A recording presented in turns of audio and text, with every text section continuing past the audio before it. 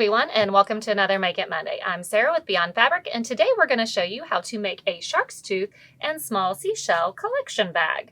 This is going to be made out of a noseeum mesh netting, so even the smallest of shark's teeth will not go lost. Plus, you can get it wet, it's not a big deal, and when you're done with your beach trip, you can take it home and wash all that salt off of it, put it back in your beach bag for the next trip you have. So let's get started. For this project, you will need a couple of products, starting with the noseeum mesh netting, which is available on our website by the yard. It is 60 inches wide, but because for this project you only need a few things in small amounts, we have put together some kits, so please check them out, www.beyondfabricinc.com under Shark's Tooth Kit. In addition to the noseeum mesh netting, you will need a piece of ribbon or twill tape. We're using satin ribbon because I find that it slides easy with your cord stop, which you also need. So your ribbon is 3/8 inch, and I have 24 inches here. You'll need a safety pin, a lighter, and then a piece of fabric for the top, which is going to create your binding along the top, and casing for your ribbon. This piece is 4 inches by 13.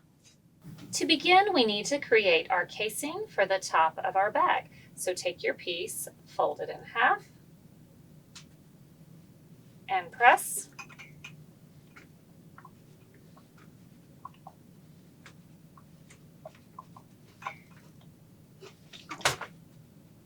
Then we're going to fold up to that crease and press for both sides.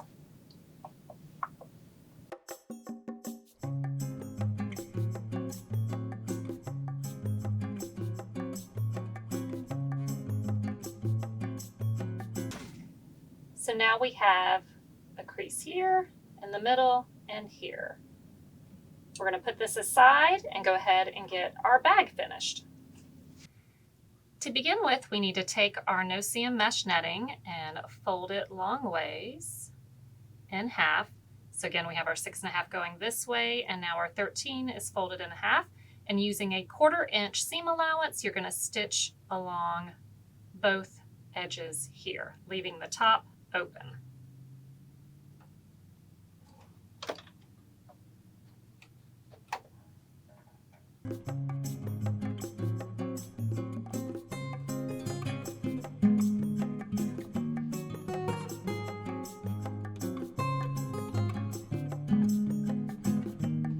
Once we have it stitched, a 1/4 inch on each side, trim your threads and then flip it to the other side.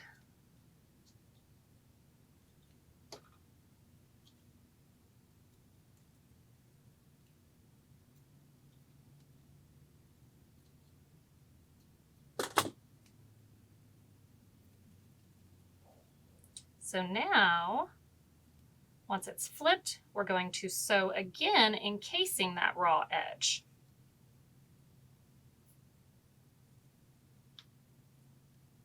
So now you're going to stitch on this side so that that raw edge is completely encased. This is reinforcing our sides, and our bottom, there is not a seam because again, we don't want any chance for our shark's teeth to come out.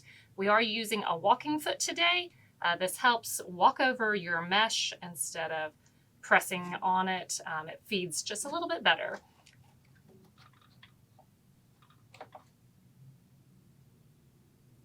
If you need to, you can use your seam roller to make sure that is nice and flat, because we cannot iron this.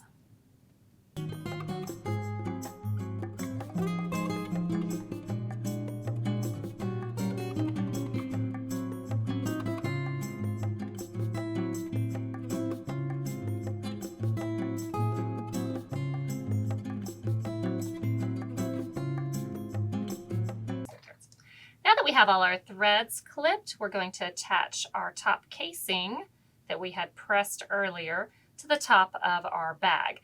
We are working from the inside first. So the inside of the bag, you can see the seams here. So this is the inside. And we're going to match up the top edge here with the top edge of our bag all the way around. To start with, we need to allow a 3/8 to a 1/2 inch seam allowance though before we start stitching. So we're going to go ahead and leave that allowance and clip this to the top of our bag.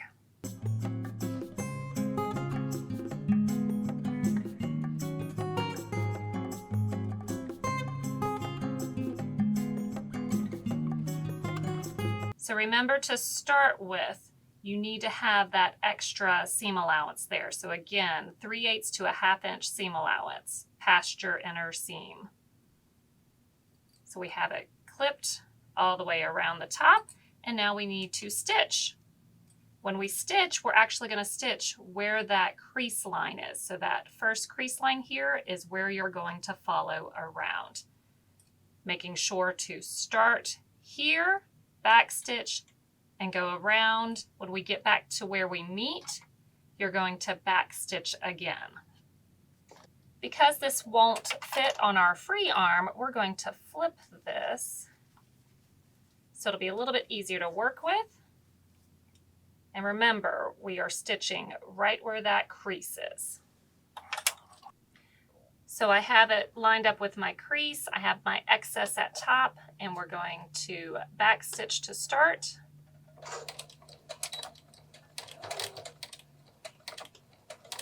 And then stitch around.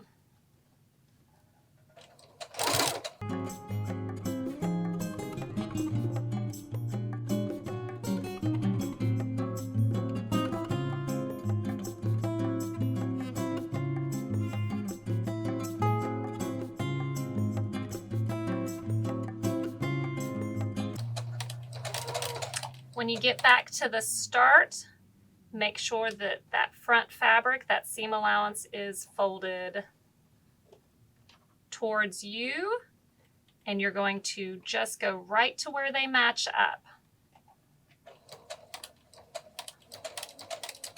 Back stitch, and now pull it out.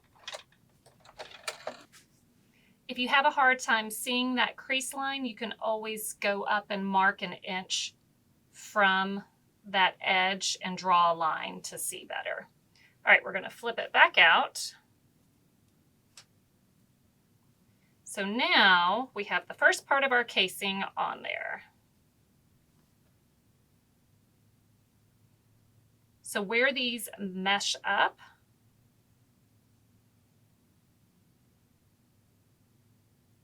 we need to make a mark.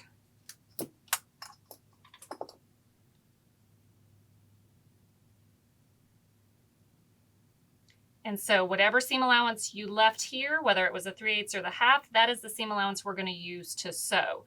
So where this mark is, you're going to take and cut off this excess so that you have a straight line. So let's grab our ruler. So with your ruler, we're going to draw our line right there. So this is going to be cut off. These are going to match up, and we're going to stitch straight down, not catching our bag. But we do need to leave a hole for our ribbon to go through. So find your crease lines. So there's one crease line here, and then there's your middle crease line here. So in between that crease line, you need to leave a hole for your ribbon to go through. So we are marking it so we remember not to stitch in between there. Don't stitch here. So go ahead and cut off that excess.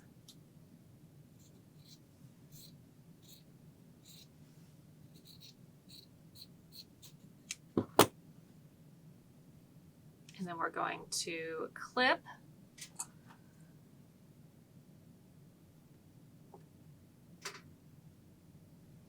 and again, using your seam allowance that you had left, whether it was 3/8 or 1/2 inch, you are sewing straight down, but leaving a hole here to here, making sure to backstitch.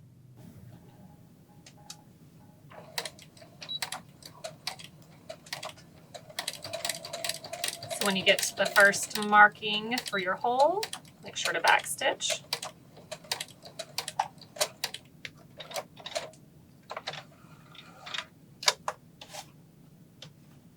Go back up to your next start. making sure to back stitch. And sew all the way up.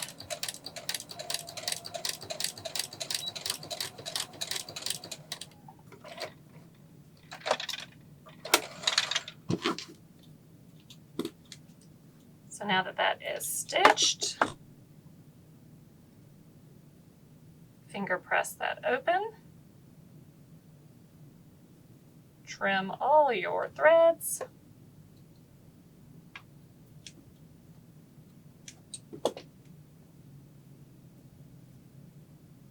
And where your creases were, you're going to fold it back up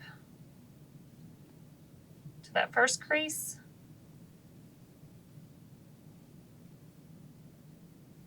Fold it again.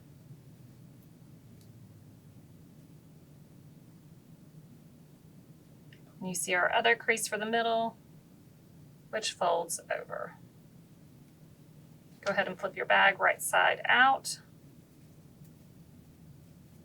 All right, once you have all your creases back to where they should be and you're now creating that casing on top, this is the outside of the bag because you see our seams are inside the bag, and you're going to put a couple of clips to hold it in place, and then we're going to stitch right along that bottom. And then we're also going to come up and stitch 1/4 inch from the top too, which creates this little bit of a header right on top. So it gives a little bit of a ruffle. And then you see our hole right here where our ribbon is going in. So put some clips and start stitching.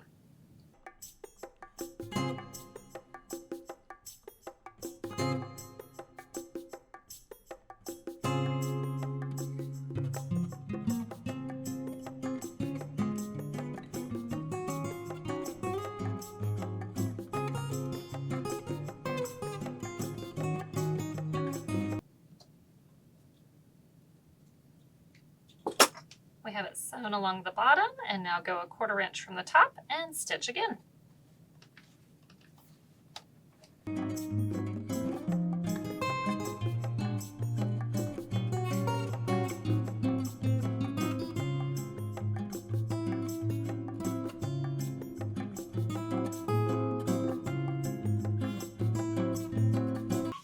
So now we have it stitched along the top and the bottom. Grab your ribbon so we can insert it in its casing. So we have our bag, we have our ribbon. I have burned the edges already. This will keep it from fraying. If you're using a cotton twill tape, please don't burn it. Attach it to the safety pin. Where our hole was left, we're going to feed it through.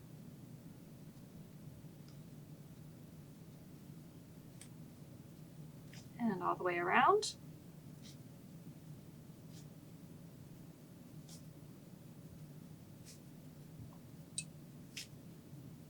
Now your ribbon is based off of hanging on your wrist, so if you want to make it longer, you can, or shorter, you can.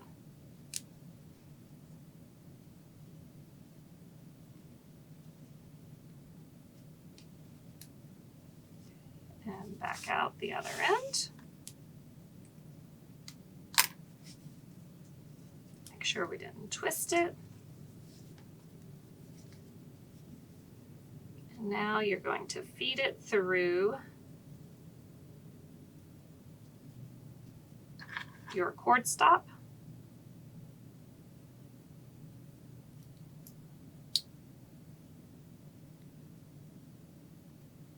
You can also use long tweezers if it's hard to get it to go through.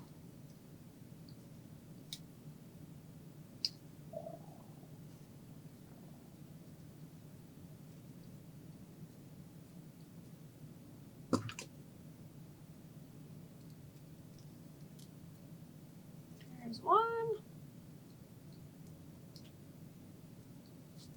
There's two. So once we have them pulled through, match them up.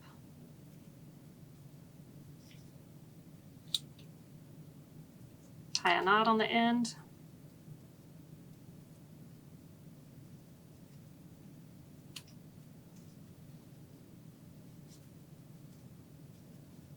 now they're even.